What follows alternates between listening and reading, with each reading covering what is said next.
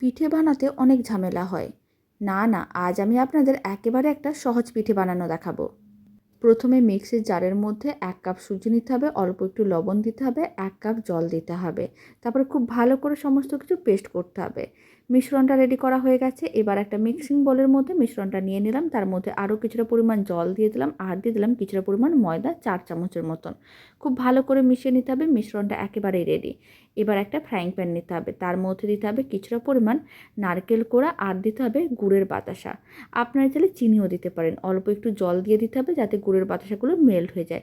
তারপর নাড়াচাড়া করে বাতাসাগুলো মেল্ট করে নেওয়ার পরে এখন এর মধ্যে দিতে হবে গুঁড়ো দুধ।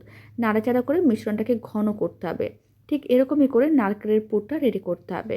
অল্প একটু তেল ফ্রাইং প্যানের মধ্যে ব্রাশ করে নিতে হবে। কিছুটা পরিমাণ ব্যাটার দিয়ে ভালো করে চারিদিকে ছড়িয়ে নিতে হবে। ফ্লেমটা লোতেই রাখতে হবে।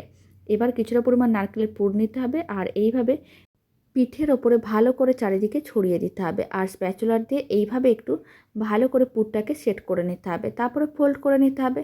তাহলেই রেডি হয়ে যাবে দারুণ স্বাদের পুর ভরা এই পিঠে।